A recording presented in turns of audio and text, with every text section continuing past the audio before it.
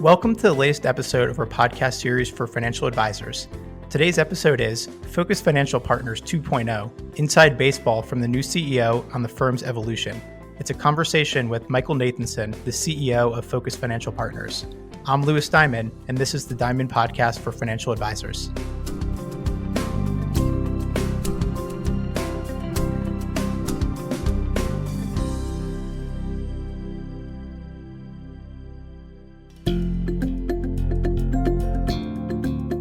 At Diamond Consultants, our mission is to help advisors live their best business life. We want every elite advisor to find exactly the right place for their business and their clients to thrive, whether it's at a wirehouse, a regional, boutique, or independent firm. As the industry's leading recruiters and consultants, we've transitioned more than $250 billion in assets under management in the past decade, and each year, 25% of transitioning advisors who manage $1 billion or more are our clients. If you'd like to talk, please feel free to give us a call at 908-879-1002. Are you a financial advisor who's curious about whether you're in the best place to serve clients, or if there might be a better way to optimize your business for the future? Should I Stay or Should I Go is a new book that serves as a self-guided journey, walking you through the key steps that Diamond Consultants takes with our advisor clients, whether considering change or not. Visit diamond-consultants.com/thebook to learn more. How the vision has grown. That's a headline on the Focus Financial Partners website, and there's a lot of truth in that statement. Founded in 2004 by Rudy Adolf, Lenny Chang, and Rajini Kodialam, the American Express alums recognized an opportunity to expand access to capital for independent advisors looking to achieve scale and increase growth, as well as monetize their life's work. In a conversation on the series in 2022, Rudy shared his vision with my partner Mindy Diamond, a literal history of the firm's role in transforming the independent space. A year later, Rudy announced he'd be stepping down as CEO, with Lenny and Rajini following suit, each to explore new endeavors. Today, Focus has grown to more than 90 partner firms in more than 38 states, plus Australia, Canada, Switzerland, and the United Kingdom. Michael Nathanson was the CEO of one such partner firm, the Colony Group, when he was a guest on our show in 2023. Michael described how Focus was the right solution to help them grow their firm from $1 billion in assets to over $20 billion. The episode is a valuable case study on the power of finding the right equity partner at the right time, so be sure to check out our website for a link to listen in. Michael is now the CEO of Focus Financial Partners, taking the helm of a new generation of growth for the Focus ecosystem. In this episode, he talks about how the firm has evolved and how his own experience can serve to drive further growth. He describes the value of interdependence and how the concept plays into his vision for Focus. Plus, Michael dives into the Focus model, their strategy going forward, the future of independence, and much, much more. There's a lot to discuss, so let's get to it.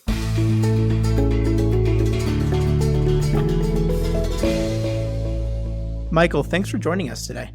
So great to be here with you, Louis.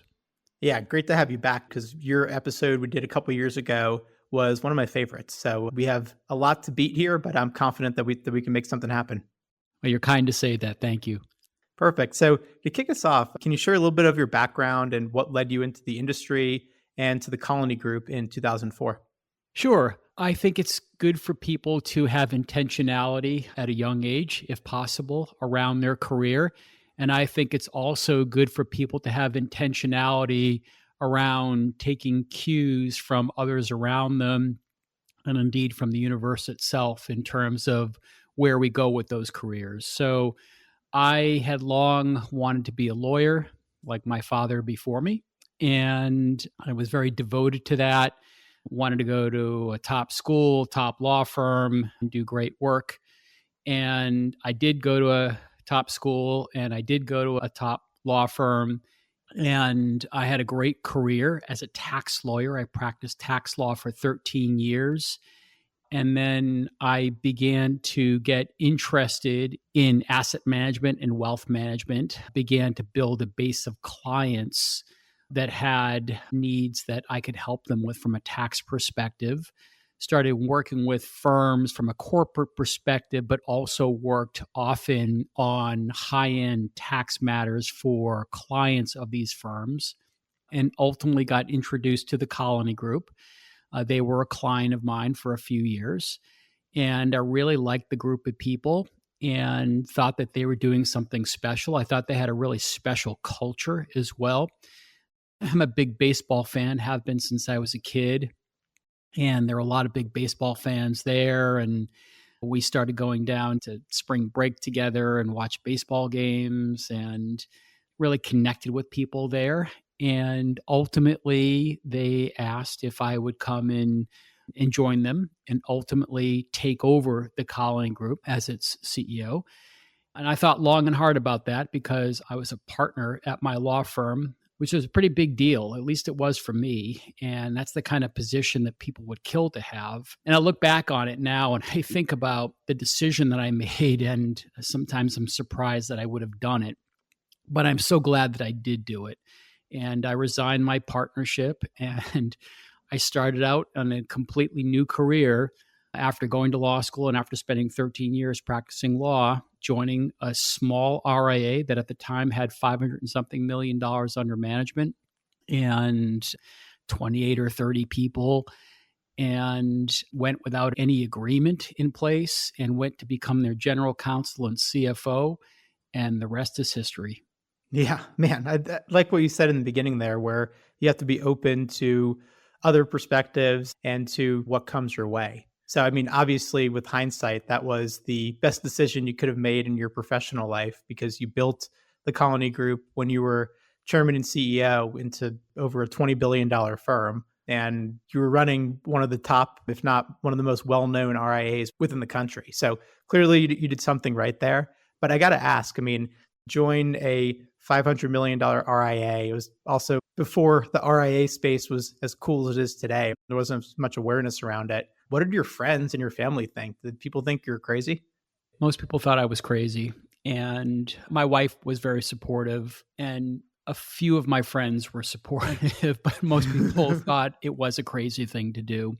In hindsight, what I realized was that I just had ultimate confidence in myself. I had confidence that if things didn't work out at the Colony Group, I'd be fine. I'd go and do something else.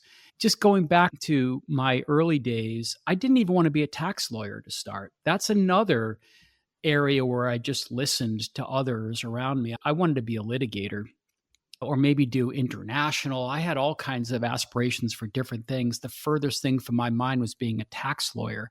But what had happened was Vicky Summers, who was at the time Larry Summers' wife, was a mid-level tax associate. And at the time, this was the early 90s, Larry Summers had to move to DC. I think he went to the World Economic Bank at the time. And ultimately, of course, he went to the Clinton administration and became the Secretary of the Treasury. But her moving with him is what created a vacancy. And then the firm asked, well, do you want to be a tax lawyer? And I said, well, I took one tax class in law school. It's the furthest thing from my mind. And they asked if I would try it. And it wasn't entirely clear that I had a choice. They did make it sound like a choice. And I did try it. And I actually loved being a tax lawyer. And if I had not been a tax lawyer, I would not have ultimately gotten to the place where I could ultimately go and lead Colony. And so I'm not someone, I like to quote movies, and there's a great scene in Forrest Gump. Have you ever seen that movie, Lois? Of course, many times. Yeah, great movie, right? So there's this great scene at the end where he's speaking to Jenny's grave and he's getting all emotional. And he says at some point, and I'm going to botch this, but he says at some point something to the effect of, he's quoting his mother and says that his mother always said that he had a destiny. And then he says, yeah, I'm not sure if we all have a destiny or if we're all just floating accidental like on a breeze. Maybe it's both. And maybe that's really a good lesson for all of us. Just ultimately, it's up to us to see the opportunities around us and decide which ones we want to seize. And ultimately, if we have confidence in ourselves, then maybe it's not as risky as it looks. Well said. I couldn't agree with you more. And I like what you said too. I mean, you can try it. And if it didn't work or wasn't the right fit, it's not like you were going to be out of a job or you couldn't pivot back to what you were doing. But obviously there was a intrigue into doing something different, probably something more entrepreneurial.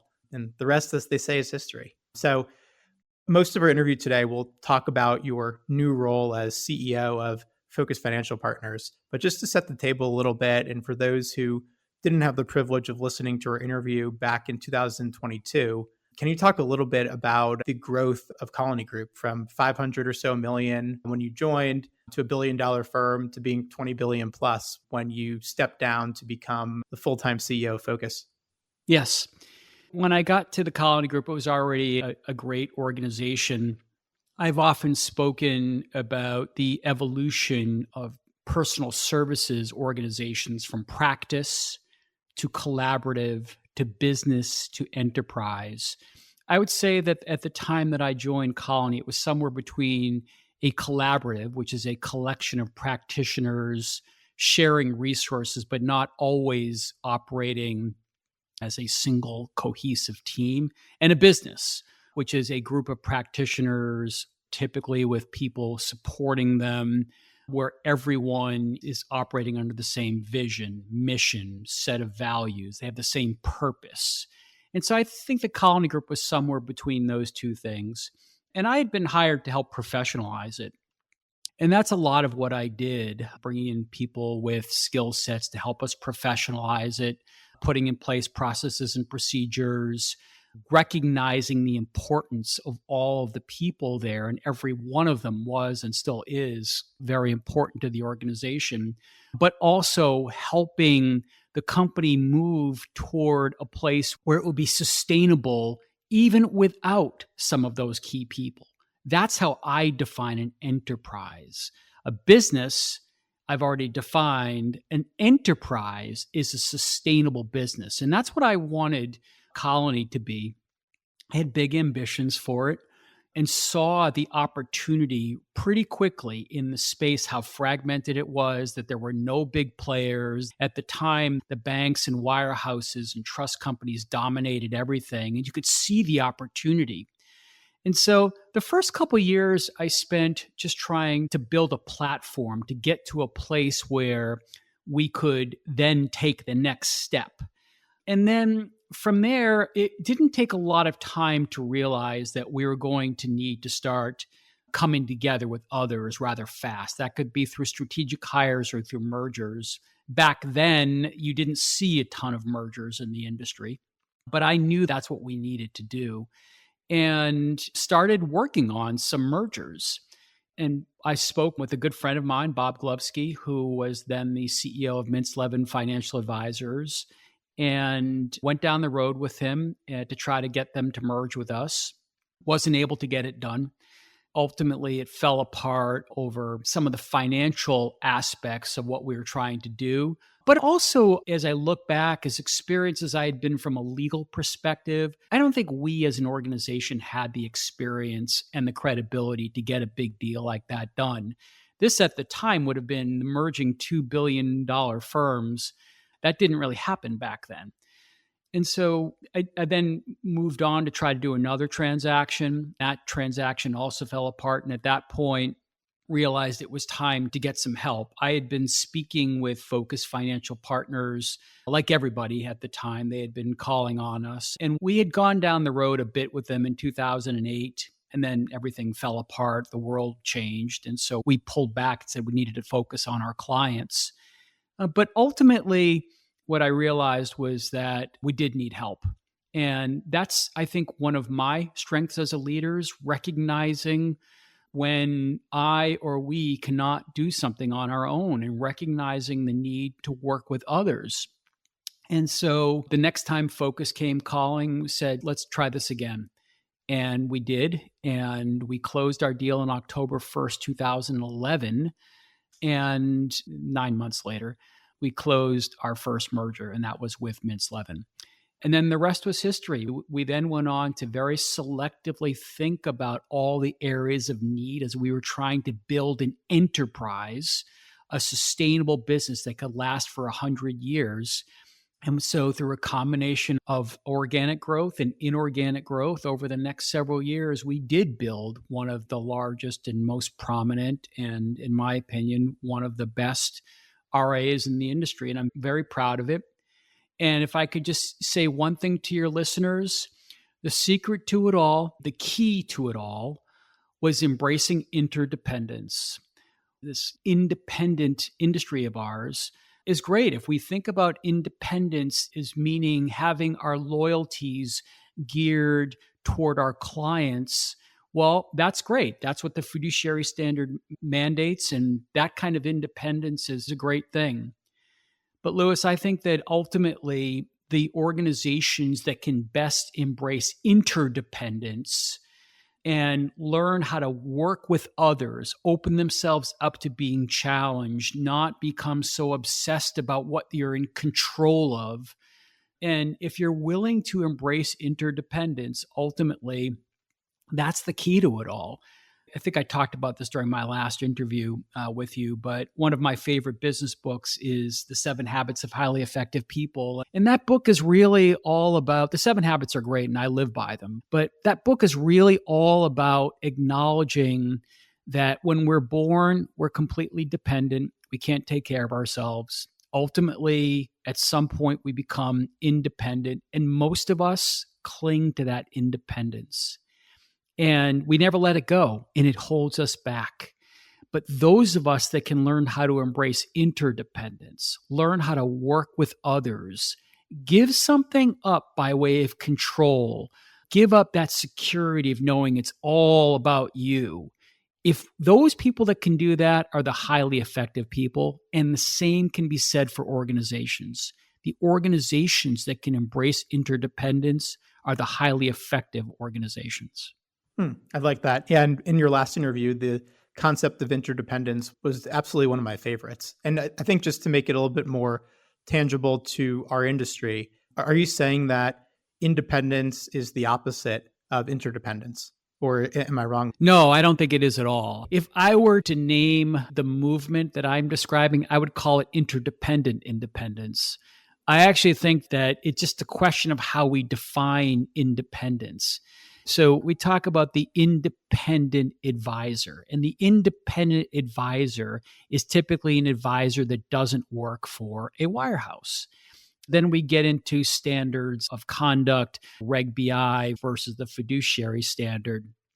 So with respect to being independent in that regard, I think the interdependent RIA is a subset of and the interdependent RIA is a group of people that has said, you know what? It's time for us to do more to embrace others. Now, you can do that through mergers, but you can also do that through strategic partnerships. We do that by having a different perspective on our clients and not taking our clients for granted and understanding we're interdependent with them.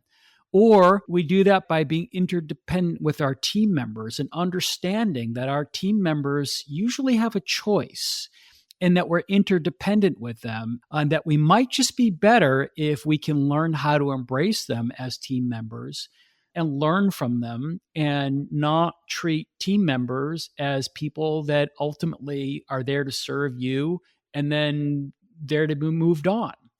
So I think interdependence is a subset of independence. And I actually think that ultimately it's the key to remaining independent. Super interesting. Maybe to pull on that thread of the last thing you said, the way that I'm hearing this or understanding it is you have the option as an advisor. You can run solo or run your own business, have your name on the door, have control over the P&L, put toner in the copier, et cetera. Or you can embrace interdependence, which means either relying upon others to do more or going through a merger with a company like Colony or many others where you're giving up control over certain things, but you're able to tap into intellectual capital and collaboration and not being reliant on just yourself, but on others. And I would love to just pull on the thread of what you said at the end. So how is it that interdependence is necessary to retain independence in the long run? Well, the first thing I'll say is that we have to all remember what our purpose is. Our purpose is to serve clients. And if you are part of the independent advisor movement, you are serving clients under the fiduciary standard. So if you are a group of 3 or 4 people that have started an organization and you're truly putting your client's interest ahead of your own, which is the definition of being a fiduciary, you are proactively mitigating your conflicts of interest. If you believe that if 3 or 4 people that you're able to provide everything your clients need, well, okay, then maybe you're just fine doing that. I don't think at 3 or 4 people you're going to be a sustainable organization, and you need to think about your ability over the long term to serve those clients. But I think many people would say if you're that group of people, you may have a great core of people that truly have their heart being fiduciaries. But do they really think that they're able to manage money better for clients with a total of 3 or 4 people, maybe one completely dedicated to asset management? Or by embracing others? And again, that could be many ways. It could be through mergers, could be through outsourcing, could be through partnerships. But I would submit to you that while I wouldn't say this is a theoretical, so I don't mean to say that you can't do everything possible for your clients with 3 or 4 people, but I would tell you it's more likely you can do much more for your clients if you're working with others. And that can be scary for people because, again, it could involve some loss of control. But I would also tell you this, Louis, control is an illusion. None of us are fully in control. We just think we are. It's a perspective we have. If you're good at what you do, you are not in control. Your clients are in control. Your clients are everything. They're in control. We all answer to someone. So if you're that 3 or 4 person organization, I would tell you that I think it's more likely that that organization will be able to continue to do what it wants to do on behalf of clients if it embraces interdependence. And that's what I mean by that. I like it. It sounds like you got a thesis for a new book there too. So I think it's a fascinating topic because there's so much talk around the industry about we have to merge in order to gain scale and add new services and X, Y, and Z. But I think you're right, where advisors get to decide how much control they want to retain. And I'm with you that no one's fully in control, but there are plenty of advisors and business owners who they want to control the things that they'd have to give up in a merger, whether it's marketing or picking every position in a client's portfolio. But I agree that if you have a vision of creating a sustainable business and doing as much as possible for clients, that it's really hard to run solo or run with a small team, given all the consolidation that's happening across the industry.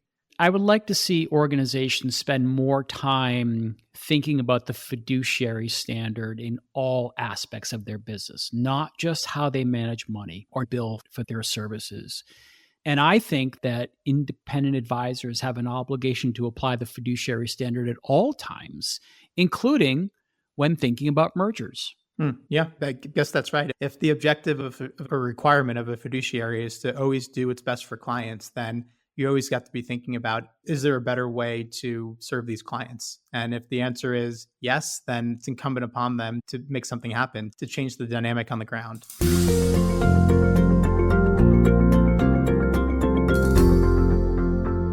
I want to talk for the rest of the interview about focused financial partners, where you earn the right to be the successor to the founder, Rudy Adolf, in 2024. I think most people have heard of Focus. I think there's a lot of misconceptions about it, and Focus has gone through a couple of different iterations as a private company, then a public company, and now private again. So again, similar to the first question, like just foundationally, can you describe what Focus is and what it does? Sure. There's a temporal answer to that. In other words, it depends on what time period you're speaking about. Focus was founded in 2000 by Rudy Adolf, Rajini Kodialam, and Lenny Chang, all 3 brilliant people, brilliant entrepreneurs. And they had a vision for bringing together some of the world's leading advisors. And so for Focus did its first transactions in 2006.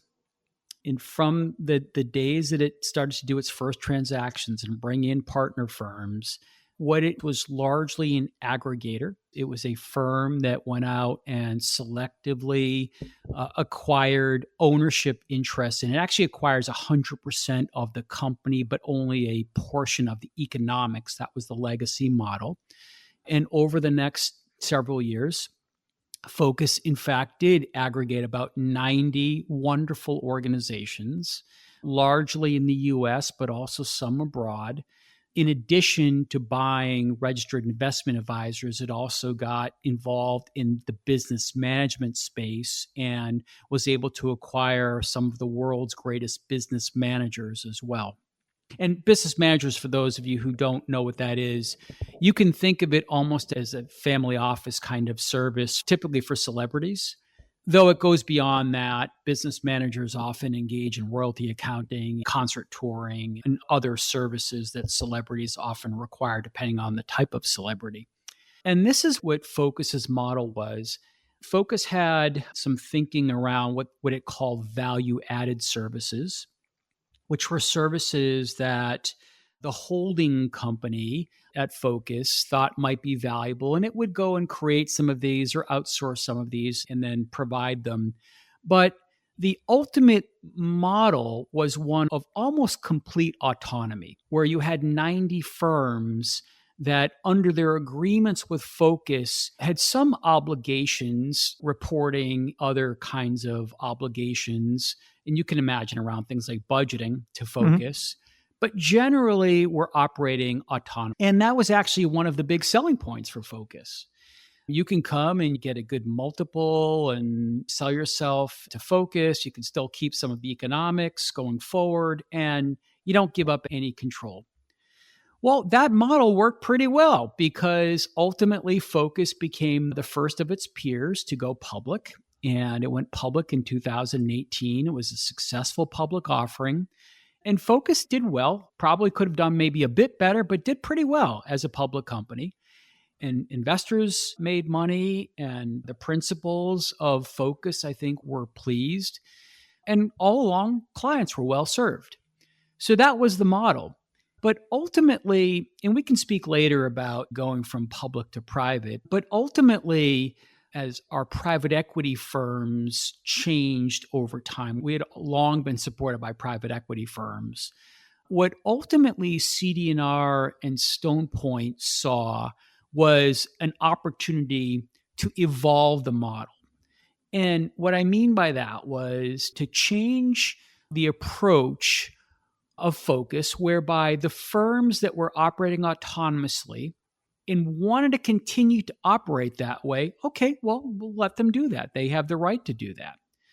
But they saw an opportunity and a willingness around many of the Focus firms to join forces. And what they realized was that there was an opportunity to now embrace what I'm calling interdependence and enable what they call a coalition of the willing to come together and to operate better together, to operate at scale together. So today, what Focus looks like is we have one segment that is economically wholly owned, where we have bought out the remaining economic interest that was not owned by Focus, and where we now can coordinate better and bring firms together, merge them together. We've done this in the form of initially three hubs. And those three hubs are Colony, Kovitz Investment Group, and SCS Financial. And then ultimately, we added a business management hub, Gelfand, Rennert, and Feldman. And most recently, we added a Canadian hub, Cardinal Point. And so now we have 5 hubs. And what we have been doing is utilizing those 5 hubs to join forces with willing partner firms that want to join with them and be able to operate at scale, to be able to operate in a way where they can do more for clients and more for advisors. And so that's one model. And then the other model is the old traditional Focus model, which is still in existence. We meet advisors where they are. So this is, as I said, it's a coalition of the willing. No one's being forced, nor could we force anyone to join the hubs. But I will tell you that the pace of people wanting to join has been extraordinary, even more than I could have imagined. perhaps even more than CD&R and Stone Point could have imagined, because in only a year, we've now aggregated in this new segment, which we call Focus Partners. We've aggregated over 50% of our earnings in 1 year. Wow. And so it's gone really fast. As for the legacy part of our business, my hope is that over time it will evolve, and that increasingly those firms, while they still have chosen the model that they initially signed up for, which is their right, that they will embrace utilizing the solutions that we create in platform form. So what I mean by that is that as we create back office solutions, for example, and are able to operate at scale from a back office perspective, as we build world-class aggregated investment platforms where we have not 3 or 4 people, to use my earlier example, but say 300 people ultimately working on the best possible investment platforms, our hope is that those firms will increasingly see Focus as a platform and think about how they can get better solutions for themselves and for their clients through our platforms. It's a fascinating strategic shift. Like it makes a ton of sense that the 90, 91 firms that Focus initially had, that needs change over time. Folks want to retire. To use our concept earlier of interdependence, that firms that were very successful might think they need something else to take it to the next level. So it makes a lot of strategic sense, and consolidating folks under this hub model, but still embracing the legacy model of letting folks retain their independence if they so choose. It seems like you can hit the market 2 different ways. But it is, or it was, still a major shift for Focus, where the perception in the industry is it's trying to build multiple colonies or Buckinghams, which is run by the now CEO, Adam Birnbaum of Colony Group. So what would you say to folks who say that Focus is changing and folks who don't join the new hubs are going to be left in the wilderness a little bit? Well, I think that the whole world is changing. So I'm an economic Darwinist. I think that just as species that cannot adapt to changes their environment are naturally selected for extinction, I think the same can happen for organizations. What I would say, though, is that I do think that there are multiple ways to embrace interdependence. So within Focus, most of our larger firms have, of their own volition, decided that they can best evolve to meet challenges in the environment, including increased competition, increased need to spend on technology, increasing need for alternative exposure, and increasing need to deal with very large wirehouses and banks that have substantial advertising dollars. They have seen this as the path toward evolving to meet those challenges and become the leaders of our industry going forward. But I think within Focus, the firms that have not yet chosen that, they still are able to embrace solutions that Focus can offer and hopefully meet the challenges through that kind of structure. Now, outside of Focus, I just think every firm has to think about, and every group of advisors has to think about not how successful they've been for the last 5 or 10 or 20 years. They have to think about how are they going to continue to be successful for the future. And the future is very much in motion. Things are changing fast, evolving fast. There's a lot of competition, and people need to be mindful about what they're doing to be relevant in 5 years or 10 years. And my strong suspicion is doing what we are doing right now is not going to be enough. People want more service. They want better service. They want different kinds of service. They want lifestyle services now. They want the most sophisticated investment offerings. They want full, easy technological access to all their holdings at any point. They want private banking. They want trustee solutions. They want simplification from a tax perspective and estate planning perspective. They want one-stop shopping. Don't ask me about these things. Just look at what all the consultants are saying when they go out and interview people. This is what the consumer wants. If we either evolve or we don't evolve, but if we don't give clients what they want, someone else will. Well said. And I think it's really smart that for those who don't want to join one of the hub firms, that Focus is investing in building out its own support platform. So instead of That's just right. being the financial backer or the in-house M&A arm, that firms that want to retain a certain level of independence are able to tap into more of a shared services model and can serve clients better, or maybe they'll realize that they need more, in which case maybe they'll do more mergers or merge or sell to one of the hub firms. So I think the strategy is brilliant. It makes a ton of sense. That's exactly right. If you think about what our strategy is, it starts with a vision.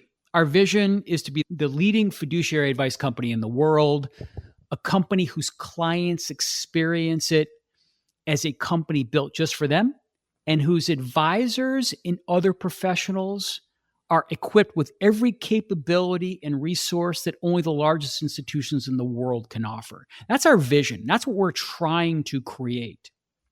And as we do that, we know that we have our work cut out for us, and we have strategic pillars that we have been working on. So consolidation, integration, organic growth, something that a lot of people forget about, but is very important, continuing to pursue inorganic growth. But as you just said, shared services. So we have invested in a team around shared services and are building capabilities like tax capabilities, bill pay capabilities, estate planning, trustee services, lending capabilities. These are the kinds of shared services that we know clients are looking for, and we look forward to providing them throughout Focus so that people can utilize them for clients, but also corporate shared services like recruiting or training and development or compensation consulting or compliance consulting, practice management generally. These are things that organizations need, and we look forward to providing those kinds of services to our non-hubs, as well as, of course, to our hubs. And then another part of our overall plan is what we call Focus Investment Partners, which is building and we've already built it and launched it, a world-class alternative investments and private strategies platform. It's now accessible throughout Focus, and we intend to ultimately make accessible outside of Focus as well. But this was part of our plan as well, creating these shared service capabilities, including on the investment side. I think it's brilliant because you can provide these services that firms are going to have to buy or hire into regardless. You can do it at scale. And it's also a huge value add when you're trying to compete against all these different firms that have popped up that are trying to aggregate or acquire or merge folks in. It's, hey, we'll take these things off your plate and you can serve clients better by leveraging what we've built and that we can build really well and with scale. So I think another very smart decision there. So I had a question for you just about control. So you were CEO and chairman of Colony Group for a long time. You killed it there, grew it into the firm that it is today, and decided to step down from Colony. And now your longtime friend and amazing industry visionary, Adam Birnbaum, is running Colony so that you can take the larger role within Focus. What did it feel like to step down from that firm and give up control over Colony? It must have been pretty challenging to do. It was challenging. It was hard emotionally. I grew to love the people at Colony, the clients of Colony, got to know many of them. Very proud of everything that Colony became. And I also know that nothing lasts forever and that ultimately there was going to need to be a transition. I had been thinking about an internal transition plan.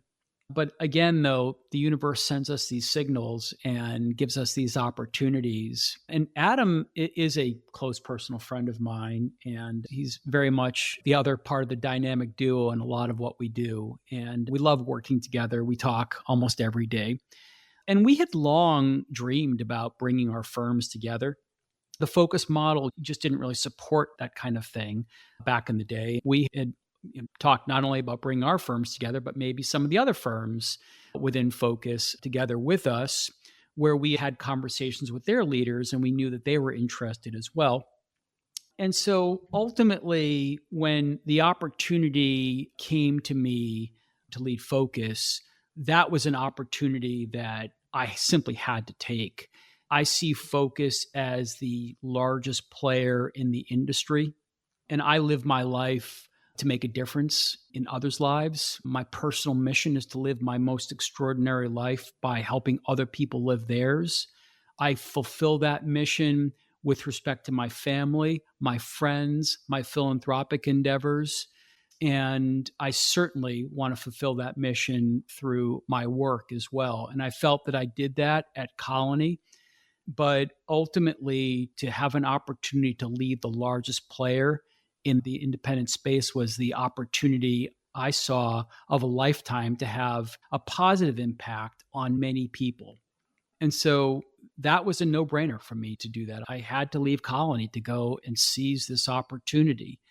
And yes, that also meant that I was serving as CEO of Colony, but I was having conversations with Adam, and it didn't take long to realize that we were going to ultimately be able to merge Colony and Buckingham together. And Adam was the perfect successor for me.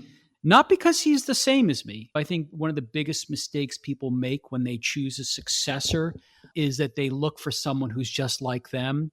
And Adam and I definitely share the same passions. We're both very driven. We both have big vision. We both want our companies to play on a much larger scale and do much more. But Adam does things a little bit differently. He's probably a little bit more folksy than I am. He's probably a little bit, he's hardworking and hard charging. He's probably a little bit less intense than I am. And I think he was ultimately just the best possible person for this. And he's been extremely well received. It's a big job, managing a lot of egos, a lot of people who have had a lot of success and built great companies and bringing them all together and getting everyone to work together. It's a big job, but I think Adam's been extraordinary at it. So I still sometimes feel a little bit sad not being at Colony just because I don't get to see those people as much anymore. But I have zero regrets. I love being the leader of Focus, and I love the fact that the company that I once led is now in Adam's capable hands. And I'd also say this. Yes, Adam succeeded me as CEO, but he's surrounded by other extraordinary leaders at Colony and Buckingham. And to say that it was a succession of one person to one person would be to downplay what really happened. It was really a succession of multiple leaders at Colony to even more leaders at not only Colony and Buckingham, but also the other firms that have joined forces with Colony and Buckingham. And there are some wonderful people that are supporting everything that Adam is doing now.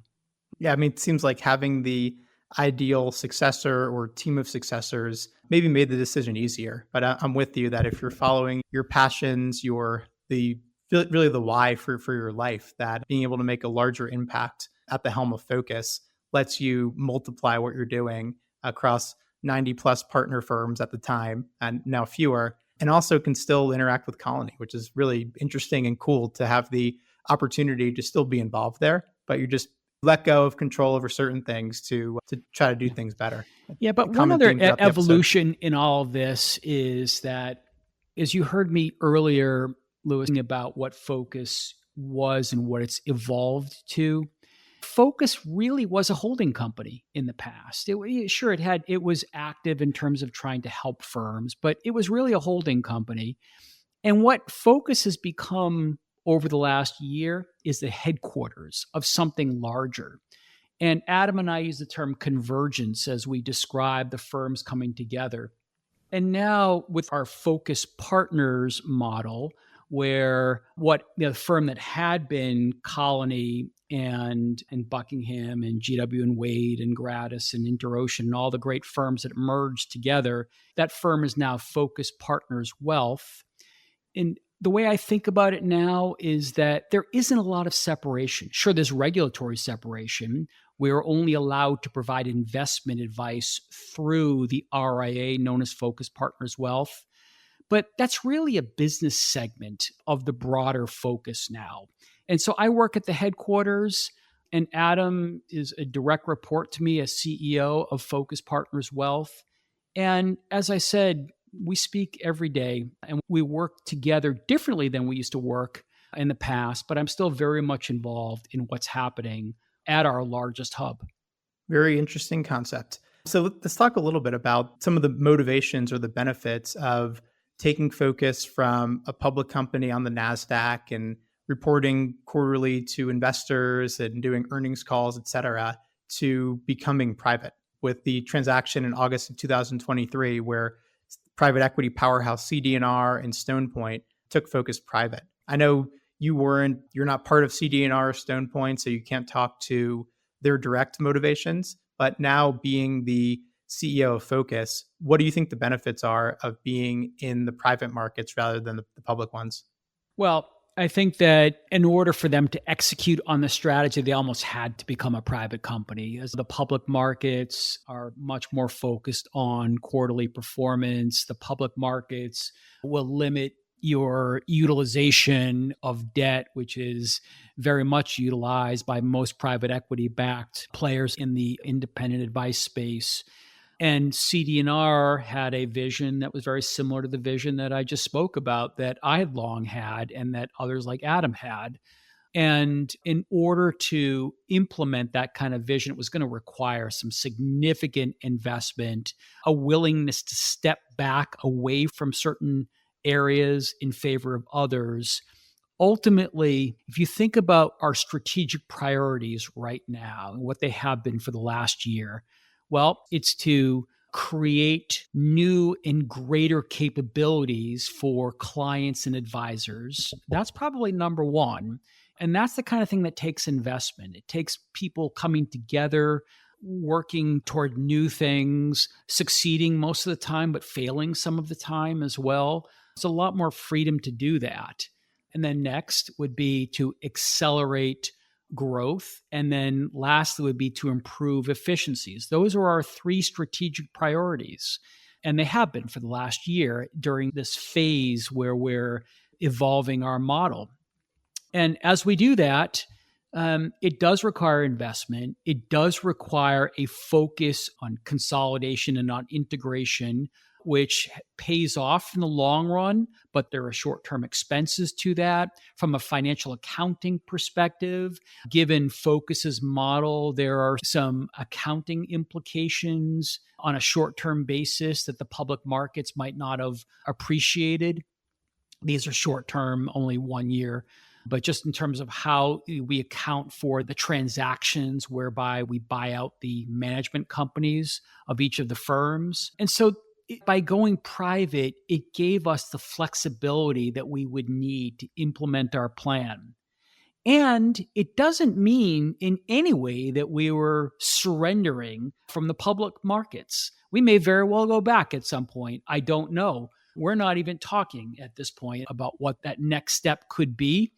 What it does mean is that if we do return to the public equity markets, we will do so with a much more compelling story, a story that speaks to an organization that is much more integrated, that looks more like a company than an association, and that grows regularly and better, both inorganically and organically. So if we do return to the public markets, it'll be a much more compelling story. So I think so far, so good. It was a good decision. Another thing we get is that we have a little bit more flexibility in terms of how we do transactions. When we were a public company, it was a bit more challenging to utilize our equity as part of transactions.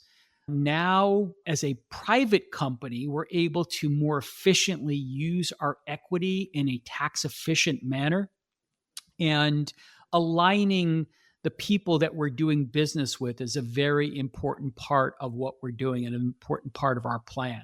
In fact, much of this is really all just about better alignment. Love it.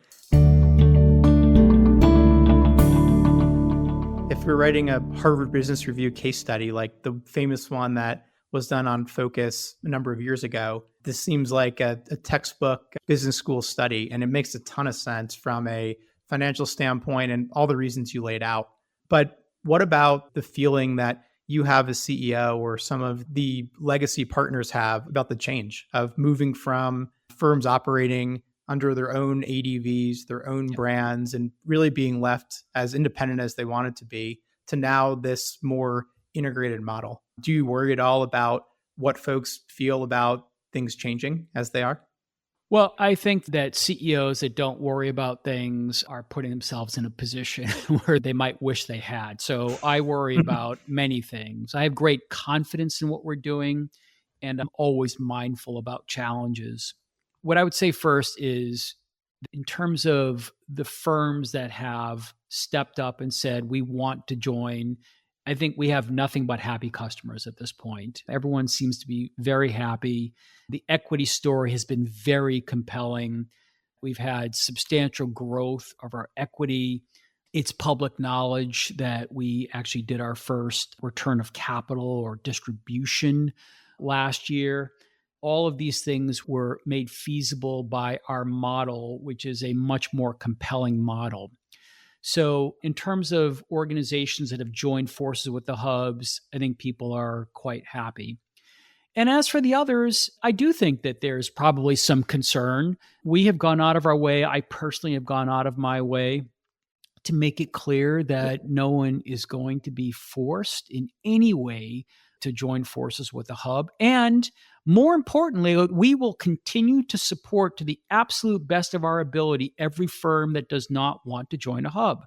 We still own a large interest in each of those firms, and their profitability and sustainability is very important to us. We will continue to invest in them, build platforms for those organizations, help them do their own mergers. And so we'll continue to support them. But what we need to do, and what I personally need to do, is to continue to articulate the vision. We need to continue to articulate why we are doing this. And the reason we're doing this is because we're listening to clients. We're listening to prospective clients. We're listening to the industry around us. We're seeing what's happening in the competitive landscape, in the marketplace.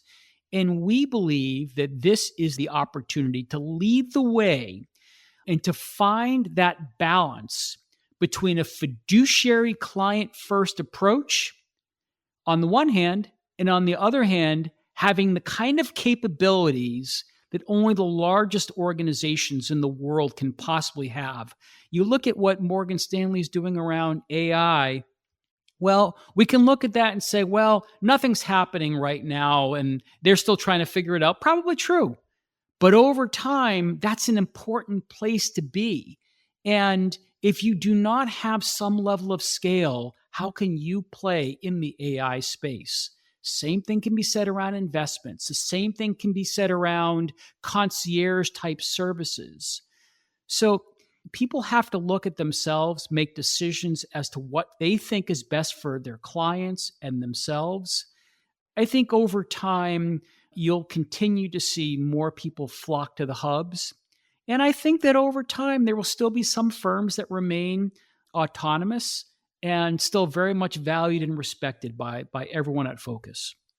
Well said. I mean, look, as the leader of a company, of a lot of people that you have to keep in mind, but it sounds like you have so much passion around the vision and what you're trying to accomplish. And with that passion, you get people who sign on and will run through a wall for you. And of course, with anything, you have thousands of people that are reporting to you or are relying upon your leadership in some way. There's going to always be some naysayers, but as long as you keep the conviction that what you're doing is right and it's for the right reasons and that the end result is a net positive, it seems like the right strategy at the right point in time. I think that organizations need naysayers. It's not always comfortable hearing that, but I'm grateful to the people that are on board and full of energy about our strategy. And I'm also grateful for the people that are cautious and say, well, not now, maybe later, or, well, did you think about this? I think we have to hear all those perspectives and be able to take them all into account as we move forward. I think everyone is playing a role in the evolution of Focus. One of the 7 habits of highly effective people is to seek first to understand and then to be understood.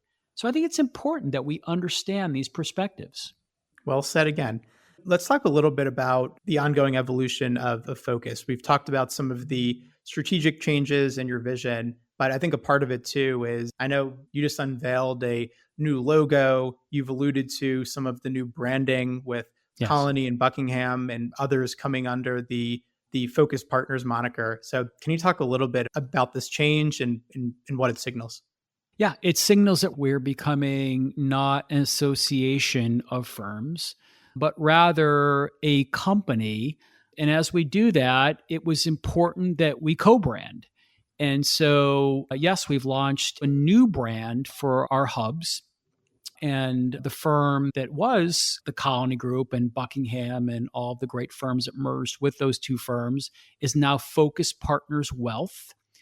And our ultra high net worth hub, SCS Financial, has become SCS Financial Focus Partners Family Office and OCIO. Kovitz Investment Group is now Kovitz Investment Group, a Focus Partners firm. Gelfand has become Gelfand, Rennert, and Feldman Focus Partners Business Management. And Cardinal Point is Cardinal Point Focus Partners of Canada.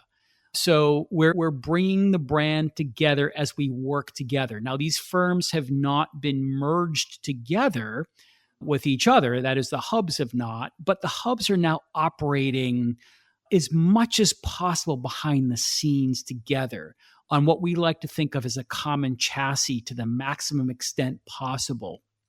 So we're now utilizing the Focus brand in different forms to come together as one company with multiple business segments. Our logo continues to be the gemstone, which has long been part of our logo. The change we made to that was simply to reflect all of the firms that made Focus what it is today. And so the color scheme, we tried to utilize something from every single firm that's part of Focus. And overall, the design is intended to reflect our collective energy and our collective capabilities. And what we're looking at is our brand is our identity. It's our personality as an organization. We want that brand to reflect this vision that we have of being the leading fiduciary advice company in the world, a company whose clients experience it as a company built just for them and whose advisors and other professionals have every capability and resource that traditionally has only been provided by the largest institutions in the world. This is what we're seeking to show with our brand. We want our brand to reflect our values. Our common values include the fact that we are resourceful as thinkers. We are responsive at heart to the needs of our clients, our team members, and our communities. And we are imaginative in spirit in the solutions that we provide. We want all of that to be reflected in our brand.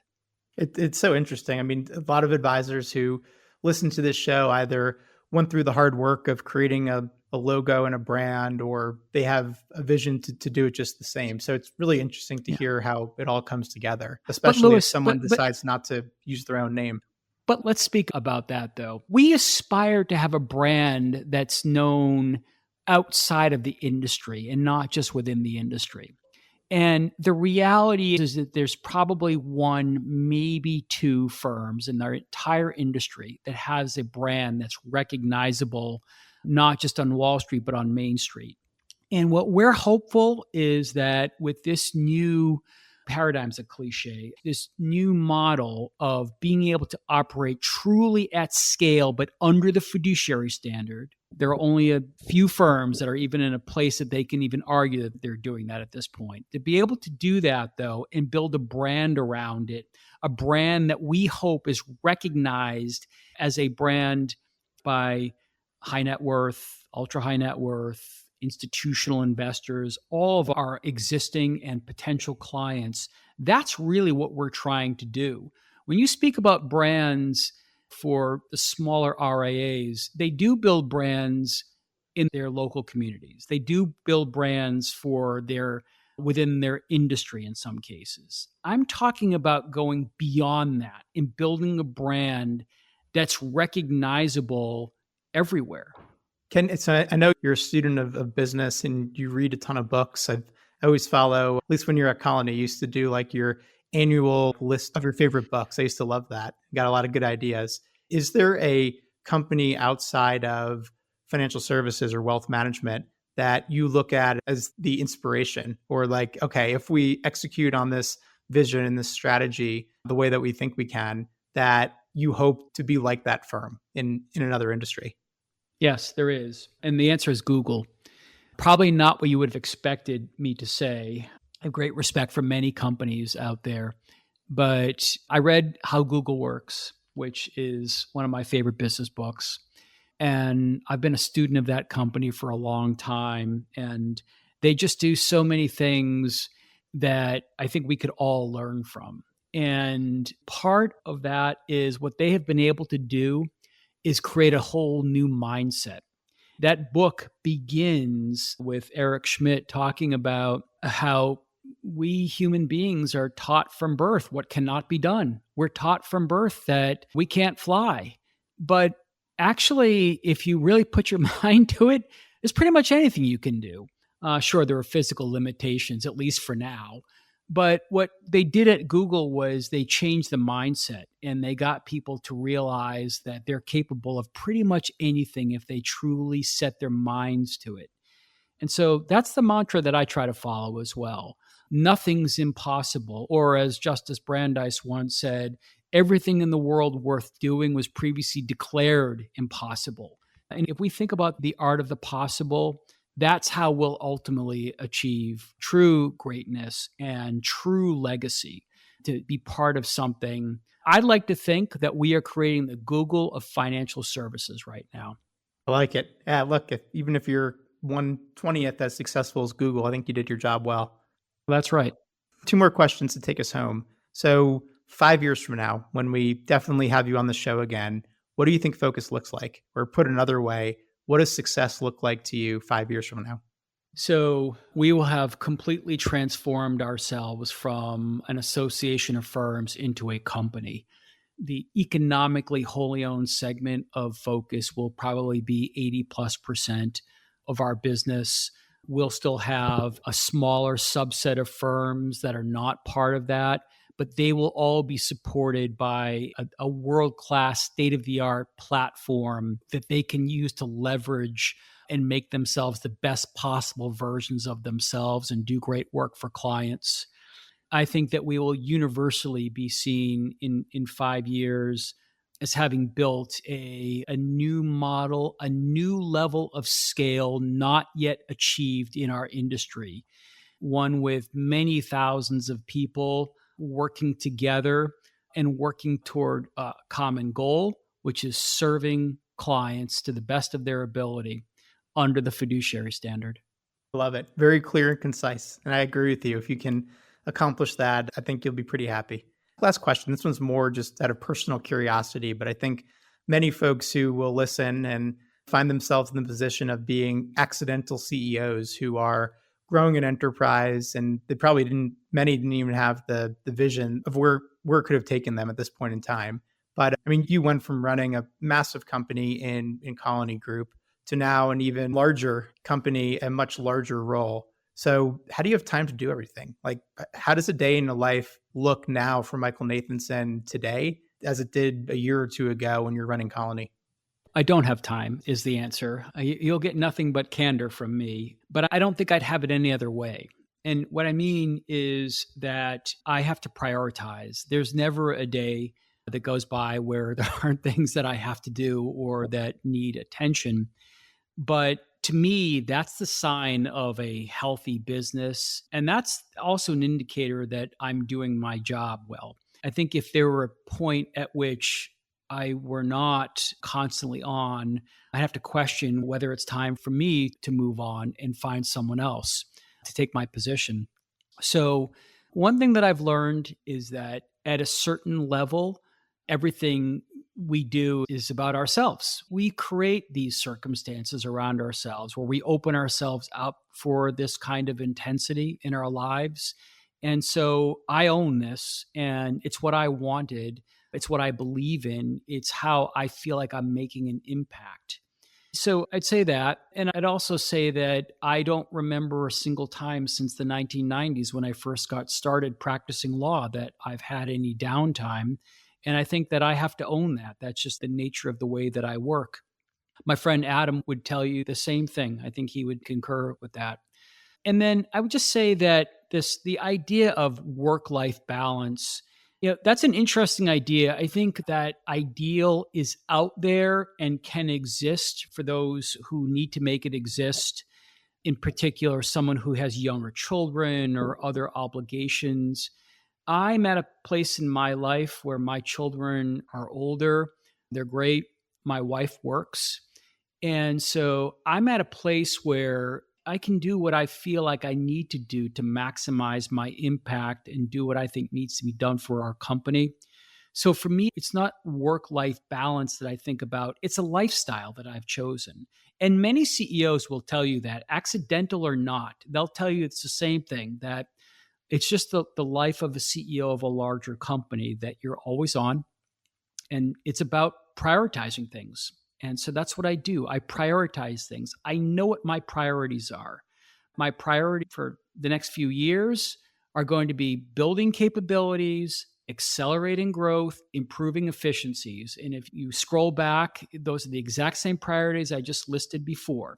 And my priorities for 2025, I'm going to be thinking about organic growth. I'm going to be thinking about integration, and I'm going to be thinking about focus, returning in force to be one of the leaders again in external mergers and acquisitions. During the last year, we were focused much more, as you can understand, internally, but we intend to return to the external markets in force. And so those will be my three priorities. I just know what my priorities are. I stick to my priorities, and anything falling within those priorities, I have to be on top of. Other things, I flag them. I have a great team around me that supports me, and I get to them as soon as I can. I love that. Yeah, you've been incredibly consistent about the vision and the mission, but I love the concept of focusing on the priorities. And you didn't list 20, you listed 3. So my guess is your filter, your screen, is this going to align or help me achieve one of these 3 priorities? If it doesn't, it's a prime candidate to delegate or eliminate. Yeah. And that's brilliant. And having 20 priorities means you have no priorities. Yep, I'm with you.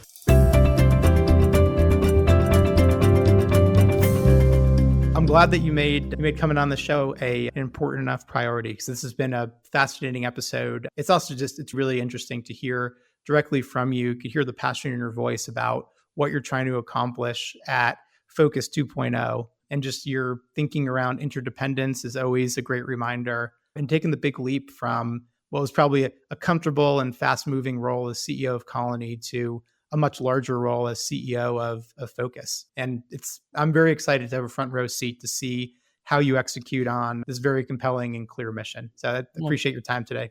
Thank you. I know there are a lot of people that are relying on Focus and relying on me, including all the people that got Focus to where it got. There are a lot of people that are looking at us and relying on what we do and where we're going. And I'm always mindful of that responsibility. No doubt about it. And I think too, just hearing directly from a CEO, like anyone, accidental CEO, aspiring CEO, et cetera. I mean, I think there's so much to learn just from how you communicate your thoughts and boil it down to clear and concise marching orders for how you're going to live your own business life. So a lot to take from this, and we appreciate you. Thank you so much, Louis. Thank you for having me.